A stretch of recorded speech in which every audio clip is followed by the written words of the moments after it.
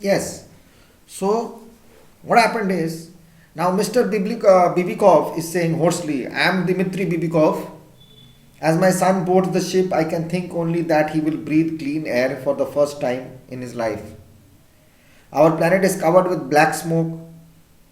Our lives are constant struggle against the filthy air. Our lungs are ruined. We are sick. May you find wherever you go air that will give you life, not hurry your death. That was while they were boarding the spacecraft ship. Parents have given the messages to their captain, shouting, all aboard, quickly, all aboard. Mr. Sotelo shouting, we are the last Sotelos on earth. The earth is finished, life is over, go quickly. Speaking hurriedly but softly narrated too. The captain is waiting for this spool of tape. Ladies and gentlemen, for the future.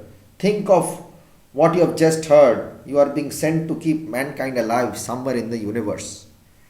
When you hear this tape, you will be faced with the same awesome responsibility we are faced with today to decide the fate of your descendants.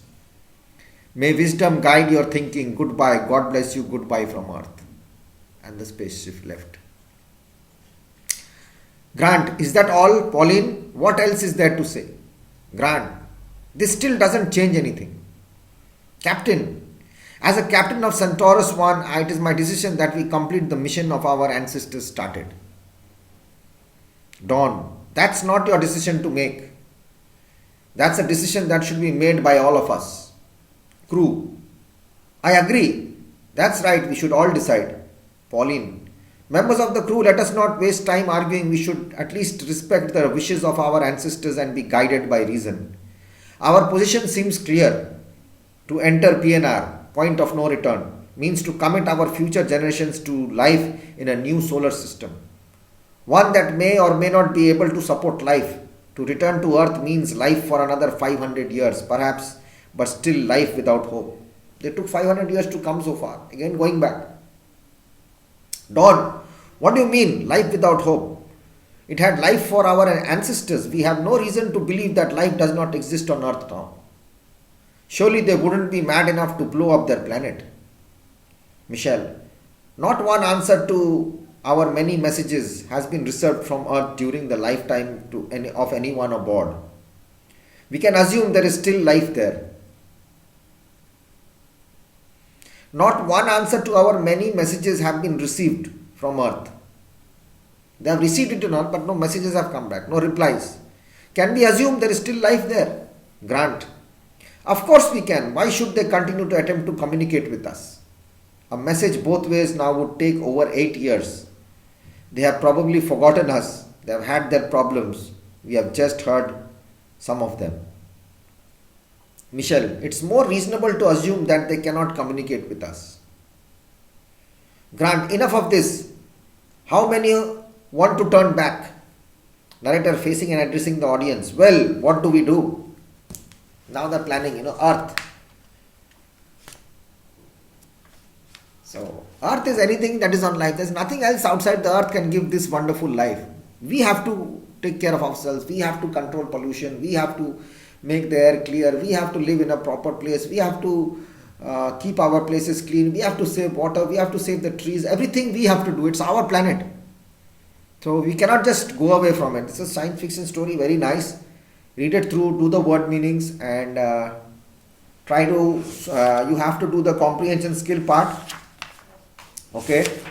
Do it and then we'll come back to this another story. The Night Sky on page 152, The Night Sky non-fiction. So everyone on that part was thinking that there is no life on that planet. What's going to happen? We don't know, and who's going to be there? What will happen to us? And will there be any survival? Why aren't we? It is taking 8 years for one letter to come in, or one message to come in. So It's going to be a tough time, and they have traveled so much. Their parents, the people on the spacecraft, 500 years is not a joke. Generations have changed. Ancestors are back, only some recordings are there. So just imagine, our earth is Mother Earth, Matri Bhumi, collective belonging of people. So please read that chapter, get the word meanings done, and in the next class we'll try and finish the night sky, and then we have a poem which is called the night poetry, and then we are done with your course book, and so we'll be complete with our course, and we'll be able to finish it. So study this, do the comprehension skill parts and the word meanings properly, and keep it. In the next class we'll finish this part. Okay, so take care, bye bye, and do your studies. Okay, see you soon.